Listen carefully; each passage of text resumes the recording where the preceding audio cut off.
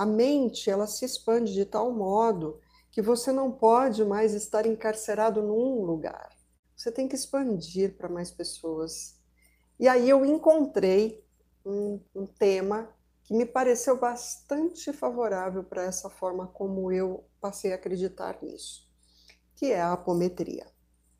A apometria, em que pese ela ter sido organizada, ter sido decodificada, transcrita pelo Dr. Lacerda, que levou 20 anos para fazer o livro que trouxe essa transcrição, que transformou em leis apométricas o exercício da atividade espiritualista da apometria. Este conteúdo, ele é milenar. Ele já vinha sendo realizado desde os egípcios, desde Hermes. Esse conhecimento milenar foi aplicado por muitas casas, foi aplicado é aplicado, né, pelas casas de maçonaria, é aplicado pela própria teosofia, né, é aplicado por casas espiritualistas que não se colocam nome, pelos Rosas Cruzes, é aplicada pelos, enfim, por todas essas ordens, né, que se chamam esotéricas, né, elas aplicavam já o estudo, o ensino da apometria, não com esse nome, não chamavam de apometria, mas chamavam de mentalismo, chamavam de, enfim, o nome que cada um deu para isso. A Umbanda aplica isso quando, sem talvez consciência dos médiums, né? Quando um preto velho, um caboclo, está lá dando comando, né? Ele está fazendo um passo, ele está dando um comando, ele tá intuindo ali o médium, né? A colocar a mão no plexo solar, no coronário, no chakra frontal, ele está intuindo o médium a ter um comportamento para emitir energia e vibração. Ele está ali, normalmente a gente tem, né, as visões de cores, ele pede banho, ele indica alguma coisa, porque aquela erva ou aquele banho é carregado de matiz energética que vai trazer fluidos para a pessoa se aliviar. Ah, quando em algumas casas você vê, né, de Umbanda, propriamente dita, sendo feito, por exemplo, aquilo que eles falam de médium de transporte, né, onde um médium incorpora os irmãos negativos que estejam acompanhando aquela pessoa que está tomando um passe. Eu não gosto de usar a palavra obsessor, porque para mim todos são os nossos irmãos, até aqueles que trabalham de forma negativa só estão fazendo isso porque ainda não entenderam o amor. E quando entendem, voltam para o amor, né, que é onde se gera tudo. Porque o amor é uma ordem divina. Foi a partir do amor que tudo foi gerado, né? Então, o amor não é uma opção. O amor é obrigatório e ele tem uma ordem. Então, cedo ou tarde, até aquilo que está em desordem vai voltar para o amor. E está a serviço do amor também, né? Porque acabei de falar da minha história, não fosse pelo sentimento ruim que eu tinha sobre a vida, sobre tudo, eu não teria ido procurar auxílio e não teria encontrado amor e não estaria aqui falando com vocês essa minha trajetória. Muito bem. Então, a apometria é uma coisa muito anterior a essa organização procedida pelo Dr. Lacerda, esse camarada incrível, que fez esse serviço para nós, né? Um grande serviço que ele deixou para nós, organizar todos esses pensamentos. Mas aí, né, o ser humano que adora fazer ser humanice, criar dogma, medo e mito em tudo, já pegou também esse conteúdo da apometria. E eu vejo muitos colegas aí que atuam com isso, colocando um monte de medo nas pessoas, né? Falando, cuidado, porque a apometria é isso, porque a apometria é perigoso, porque você não pode, porque isso, tudo não pode, né? É impressionante. E aí eu sempre fico me perguntando, se não pode, para que ensina, né? Se não pode, para que faz vídeo? Se não pode, por que está falando desse tema, né? Eu e as minhas infinitas perguntas, coerência, né? Se não pode, não ensina. Aliás, não foi isso que por tantos anos esconderam todos esses temas, ficaram guardando esses temas todos com tanto misticismo, com tantos recheados de esoterismo, de não deixar que isso nos viesse à tona, porque nós não estaríamos preparados ainda para entender, pois o Espírito da Verdade de Kardec disse isso, né? O tempo todo nós vamos receber novos insights e novas informações, porque assim como a humanidade está evoluindo em conhecimento, em acesso, tecnologia, etc., a espiritualidade está acompanhando, aliás, né? Eles já estão lá na frente e estão nos entregando isso tudo. Então é óbvio que você começa a ter mais acesso, mais informação e realizar as coisas de uma forma distinta, né? Já não é nem a Umbanda, é mais como foi há uns 100 anos atrás, quando foi criada aqui no Brasil, né? Nem os cultos católicos na Igreja Católica seguem mais os mesmos padrões do antigo Vaticano, né? Tudo está em evolução. Hoje você tem missa online, hoje você tem Umbanda online, hoje você tem a possibilidade de incorporar em casa, que antigamente, antes da pandemia, nem isso você podia fazer, né? Porque é perigoso, pode incorporar em casa. Agora não, agora tem curso sem incorporar em casa. Então percebe que começa a ficar muito incoerente quando você diz, cuidado, perigoso. Faz sentido. O maior e único perigo que há é a ignorância do ser humano, que acaba colocando toda a sua fé fora dele, acreditando e creditando alguém como o seu mestre, o seu mentor, o seu líder, o seu sacerdote, o seu padre, o seu seja lá o que for, e achando que aquela pessoa detém todas as informações e sabe tudo e que ele tem que segui-lo cegamente. E aí é o tema desse vídeo, livremente. Quando a sua mente é livre, você não precisa mais estar se guiando por alguém que está tão encarnado quanto você e está tanto quanto você na linha da evolução, da senda evolutiva. O que há é a aprendizagem. Nessa régua chamada vida, existe quem está no 1, no 2, no 3. Então você pode estar ensinando, se você está no 2 para o 1, e aprendendo com quem está no 3 e no 4. Mas no final está todo mundo na régua. Não existe ninguém melhor ou pior que ninguém. Existe, né, a necessidade, isso sim eu insisto, de que cada um se torne autorresponsável por si mesmo e comece a fazer esses questionamentos. Né? Isso faz sentido? Será que isso, né, tá certo mesmo? Será que isso que estão falando faz sentido? Então, quando eu vejo as pessoas falarem da apometria colocando tantos filtros, eu fico muito, muito incomodada. Porque a apometria se mostra para mim, na verdade, o avanço que a espiritualidade está nos entregando para que nós nos tornemos cada vez mais autônomos com a nossa espiritualidade. Autônomos, inclusive, no sentido de precisar de menos coisas materiais para realizar mais coisas espirituais. É aquele momento da evolução mesmo da espiritualidade, né? Menos matéria, no sentido... E está tudo bem, tudo tem um tempo para acontecer.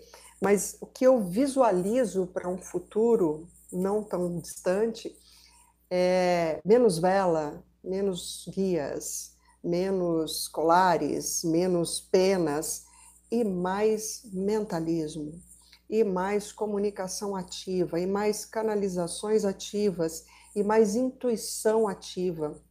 Você se tornando parceiro, efetivamente, desses graus frequenciais espirituais que atuam para a higienização do planeta, que atuam para a regeneração do planeta.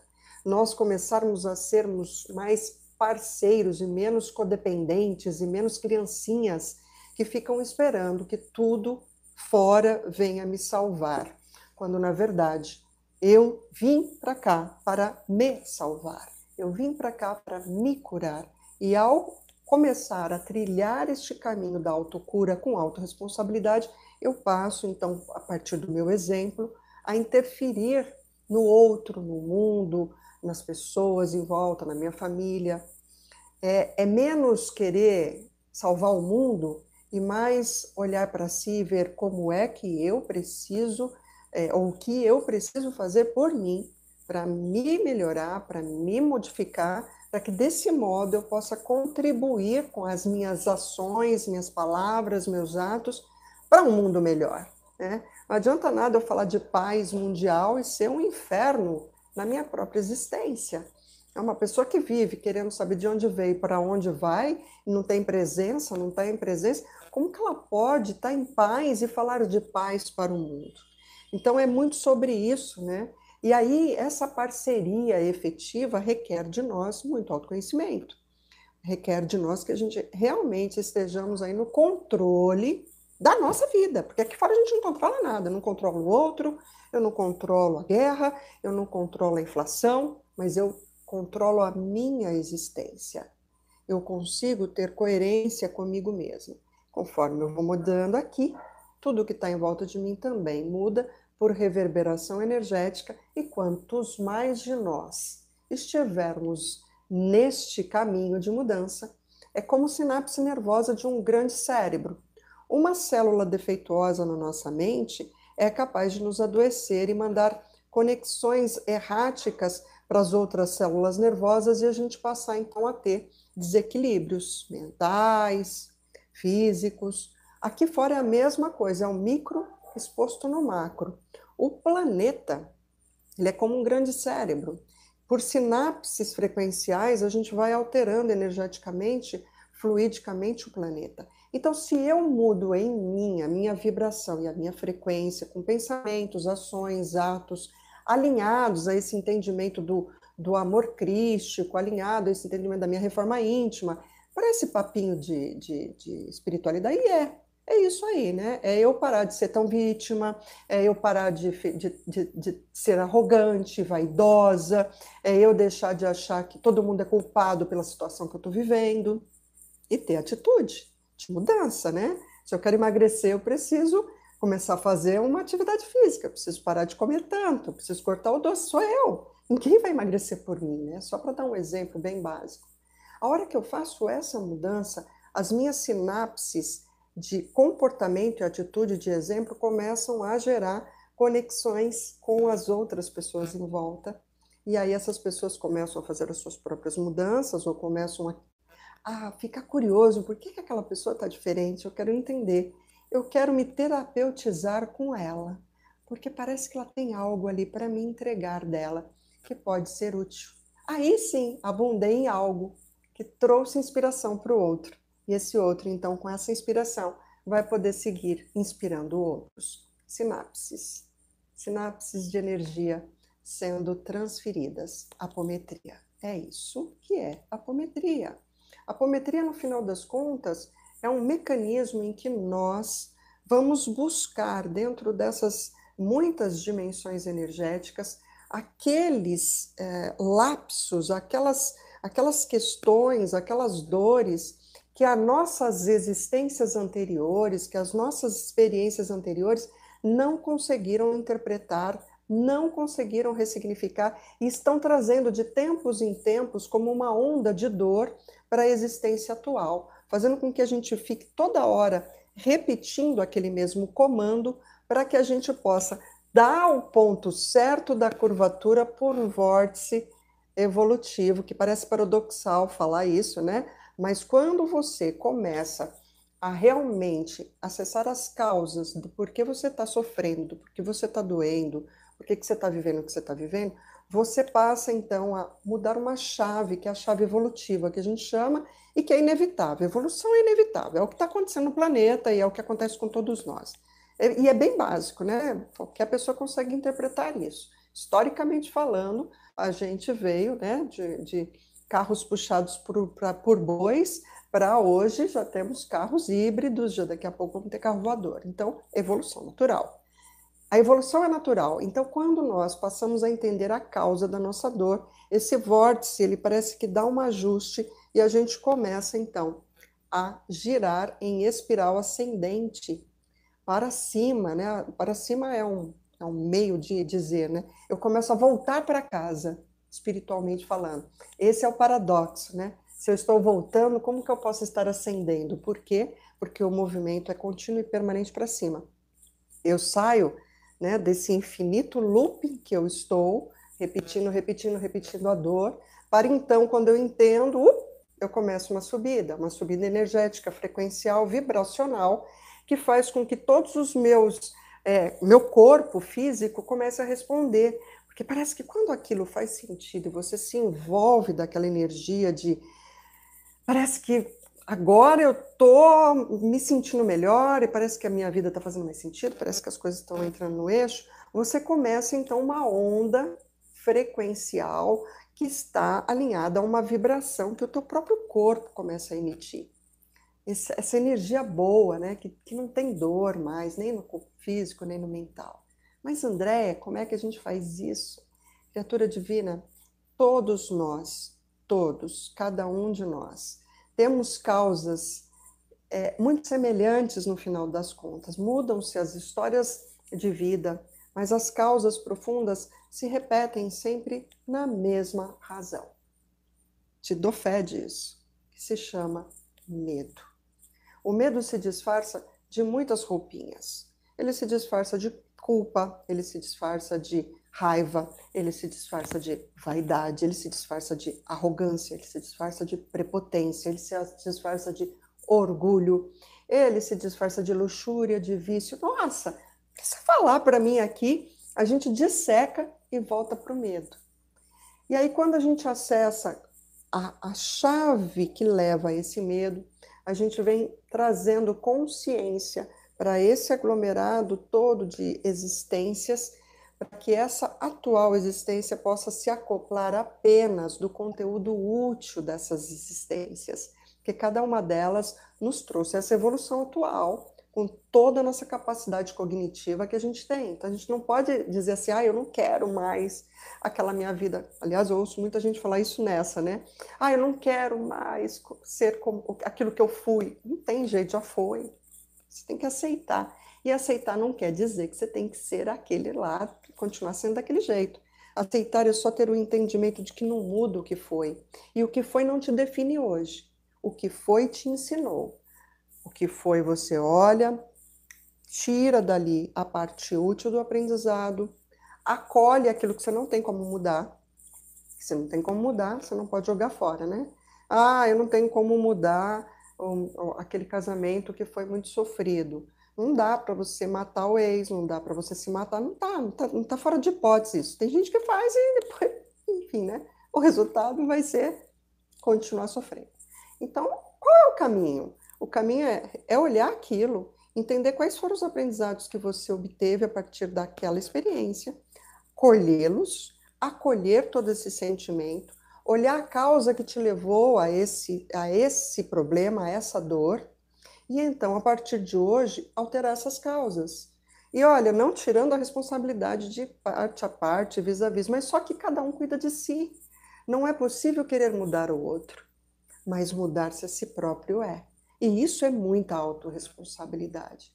Eu tive uma vivência nesse final de semana, quem me acompanha aqui e não sabe, né, vou contar aqui, mas quem me acompanha já sabe, eu trabalho com as sagradas medicinas, a ayahuasca, rapé, trabalho com cacau, e não sou xamã, porque eu não sou nada, eu não sou xamã, eu não sou sacerdote, eu não sou nada desses estereótipos que tem que ter um nome para te validar de algo. Eu sou a Andréia e a minha experiência é o estudo. Então, o que eu faço é promover cerimônias de estudo, estudo do autoconhecimento. É assim que se chamam as nossas cerimônias. E nesse final de semana nós tivemos estudos e foi muito interessante que, num dado momento, uma das pessoas que estavam lá conosco na cerimônia entrou numa catarse, porque a catarse ela é sempre positiva, né? Seja num grito, seja numa expansão, seja num choro, seja lá o que for que naquele momento te desperta, ela ancora aquele sentimento no sentido de te tirar daquela inércia, daquele sentimento ruim, né? Catarse é exatamente a expulsão de algo que não está bom mais, que você não quero mais isso para minha vida e eu preciso, como que eu faço isso, né? Então você tem aquela energia da catarse, né? Para medicina, inclusive, catarse significa evacuar os intestinos, fazer uma limpeza, né? Para você ver como ela é importante. Então uma pessoa teve um processo de catarse e começou: eu não quero, eu aceito tudo como foi, eu aceito tudo como foi, eu não quero mais essa vida, eu assino qualquer contrato para não ter mais essa vida. Eu olhei e falei, olha como as pessoas se amarram em contratos espirituais, inclusive, porque numa dessas, né, Quem garante que esse espírito, essa vida, né, essa existência atual, não está reverberando contratos e acordos feitos ainda em vidas passadas para poder se livrar de coisas que não estava dando conta? E aí, quando você está no auge dessa emoção, você fala sem nem perceber aquilo que está dentro da tua alma. A tua alma põe para fora, expurga. E uma outra pessoa dizia assim: não, eu acredito, eu quero me livrar. E aí vem a pergunta: mas então, o que precisa para isso? Não, Deus vai me livrar. Aí vem a pergunta: mas poxa vida, você está botando tudo na mão do camarada lá fora? Você esqueceu que aquele Deus é o Deus que te habita? Então ele te deu a chave da tua criação, ele te entregou a experiência divina de ser ele corporificado vivendo essa experiência, e você está querendo que ele lá fora resolva o que você tem para resolver aqui dentro, porque a experiência é tua. Temos que nos autorresponsabilizar. Óbvio, precisamos antes tomar conhecimento disso, né? Porque senão a gente fica sempre repetindo um padrão. Mas se a pessoa também não tomar uma atitude de fazer caminhar na direção disso, de fazer as suas mudanças, caminhar na direção de buscar ajuda, eu fico imaginando se há 7 anos eu não tivesse feito esse passo de ir, né, em busca de uma ajuda, como eu estaria hoje? Provavelmente estaria tratando um câncer ou provavelmente já teria morrido deste próprio câncer, porque eu fui curada numa cirurgia espiritual de um câncer nos meus ovários, que estavam sendo alimentados pelo meu ódio, pelo meu rancor, pela minha mágoa. E mulher, principalmente, guarda muito, né, esses sentimentos relacionados a mágoas, né? Nessas regiões do útero, dos ovários, é muito natural a gente ter problemas nesses setores, nos seios, porque é onde a gente guarda, né, todos esses sentimentos mal resolvidos. E se eu não tivesse feito essa busca, se eu não tivesse dado o passo nessa direção, provavelmente eu estaria numa situação muito difícil. E por eu ser muito grata por entender tudo isso hoje, é que eu venho desenvolvendo esse meu trabalho, que eu denomino de terapia psíquica espiritual. Porque, como eu disse, nessa minha busca, eu fui estudar tudo, né? Tudo que você perguntar, eu fui tentar ter coerência, né? Constelação sistêmica, psicoterapia, a Theta Healer, a própria apometria e tantos outros cursos. E daí, num dado momento, eu descobri que é tudo mais do mesmo. A própria constelação sistêmica é a apometria. Por isso que eu chamo de apometria sistêmica, porque tudo está no campo energético, tudo está dentro desse mesmo espaço psicogeográfico energético, onde uma alma toca a outra, como eu disse, em sinapses, e você vai então reverberando ações. E quando você está dentro de uma família, essas ondas são ainda mais fortes, porque é no seio da família onde a gente aprende tudo. É onde a gente tem os maiores desafios e os maiores aprendizados da nossa evolução humana, da nossa evolução enquanto ser individual e da evolução do planeta. Então, quanto mais eu mergulhei, mais aquilo foi despertando, mais isso foi me deixando livre a mente para eu dissolver medos. Então, você que está me acompanhando, está vendo aqui o que eu estou contando, um pouco dessa minha história, a apometria, em absoluto, é algo que você tenha que temer. Você tem que entender e aprender, isso é óbvio, né? Não dá para você ir fazer uma instalação elétrica se você não tem a menor ideia do que você está fazendo, porque você provavelmente vai tomar um choque, e a depender da carga energética que você vai tomar, você pode realmente, né, ter ali um descompasso. Mas veja bem, se você busca compreender e aprender, entender e sair da zona do medo, você passa a confiar em você mesmo. Não há mais por que temer. Eu vejo muitas pessoas falarem: a apometria só pode ser realizada em grupos. Não, são apometrias distintas. Existem as apometrias realizadas em grupos, existem apometrias realizadas por duplas, existem apometrias realizadas de forma individual. Eu realizo apometria de forma individual e realizo apometria em grupos. São distintas? Depende do que a gente está tratando, né? Depende do qual a circunstância. Mas hoje, quase que 99% das questões que chegam para nós não são por obsessões externas, né? Não são por obsessões de inimigos ocultos. Não, é auto-obsessão. é a pessoa criando para si mesma uma ressonância que atrai para ela uma série de energias negativas. Ou é a própria pessoa se auto-obsediando com as suas próprias existências passadas que, vez por outra, tomam espaço em si e agem, né, de forma ainda a lembrar aquela memória passada de existências anteriores, daquela dor que insiste em permanecer de forma reativa, né, na hora que dispara um evento que traz aquela memória de volta, aquela energia que já foi você se aposta dos seus sentimentos ali como uma autodefesa e passa a ter o mesmo comportamento, isso é uma autoobsessão. E tantas outras formas, mas a maioria é tu com tu, é a gente mesmo que está ali criando os nossos próprios fantasmas, o nosso próprio inferno, né? Eu tenho a honra de ter uma equipe espiritual que me auxilia e meu maior parceiro nessa jornada é o senhor Porteira, que é o meu guardião, e ele sempre fala isso, né? Quando ele está nos trabalhos, realizando os trabalhos apométricos e está comigo, ele sempre fala assim, o inferno é aqui, não é em nenhum outro lugar. O inferno é aqui e eu venho para o inferno, toda vez que eu venho aqui, tem que repetir a mesma história para as pessoas. Porque as pessoas continuam não querendo se autorresponsabilizar, as pessoas continuam querendo que venha tudo pronto, que a gente entregue tudo pronto para eles, que eles não tenham serviço, trabalho nenhum. Isso é o inferno. O inferno é aquele lugar onde você fica comendo toda hora o mesmo doce que te matou, né? É o lugar onde você fica comendo toda hora o mesmo veneno que te envenenou. É aquele lugar que você fica o tempo todo remoendo, arrancando a casca da mesma ferida que te apodreceu. Isso é o inferno. E o que vocês estão fazendo aqui? Se não ficar nesse mesmo mimimi, né?